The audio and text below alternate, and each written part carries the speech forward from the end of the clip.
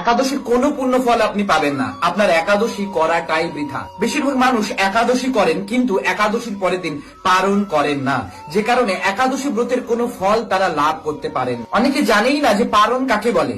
একাদশীর পরের দিন অর্থাৎ দ্বাদশীর দিন নির্দিষ্ট সময়ের মধ্যে ব্রত ভঙ্গ করাটাই হচ্ছে পালন, এবং এই ব্রত ভঙ্গের বেশ কিছু নিয়ম এবং মন্ত্র রয়েছে। সেটা না করার কারণেই আমাদের ব্রতের পুণ্য ফল লাভ হয় না। কি করে করবেন ব্রতের পালন? দ্বাদশীর দিন সকালবেলা উঠে স্নান করবেন, স্নান করে শুদ্ধ বসন পরিধান করে ভগবানের জন্য অন্ন ভোগ রন্ধন করবেন, ভগবানকে নিবেদন করবেন এবং সেই ভোগের প্রসাদ পাবেন।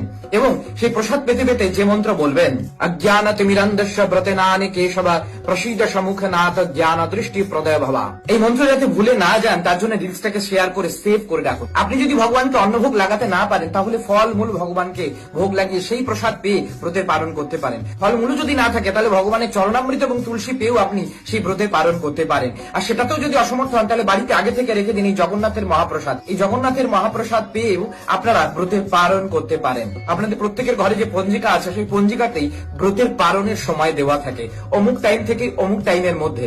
সেই টাইমে ভগবানকে অন্নভোগ লাগাতে পারেন।